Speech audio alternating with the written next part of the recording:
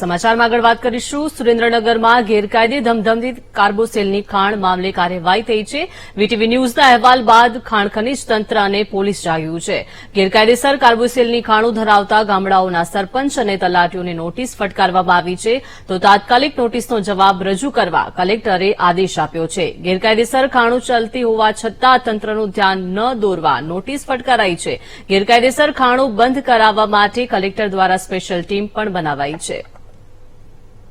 21-22-23 કુલ 84 કેસો કરી અને 1,18,00,000નો દંડ કરેલ છે. 6 FIR અને 5 કોર્ટ કેસ પણ કરેલા છે. 117 કેસોમાં 21 કરોડની નોટિસો આપવામાં આવી છે. 24 ગામોના સરપંચોને નોટિસ પણ આપવામાં આવી છે.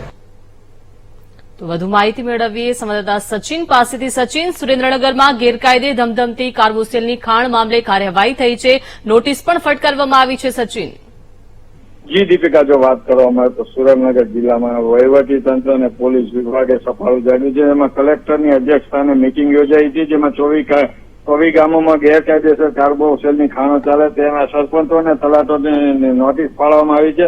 હાલ ઝડપી કાર્યવાહી કરવામાં આવે તેવી માંગ કરી. જી આભાર સચિન, વિગત આપવા બદલ.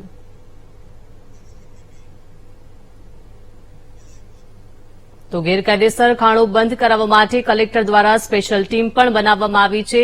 કાર્બોસેલની ખાણ મામલે હવે કાર્યવાહી થઈ છે, નોટિસ ફટકારવામાં આવી છે. તો ગેરકાયદે કાર્બોસેલની ખાણ મામલે કાર્યવાહી થઈ રહી છે. મહત્વનું છે કે વીટીવી ન્યૂઝ દ્વારા અહેવાલ પણ પ્રસારિત કરવામાં આવ્યો હતો અને અહેવાલ બાદ તંત્ર જાગ્યું છે.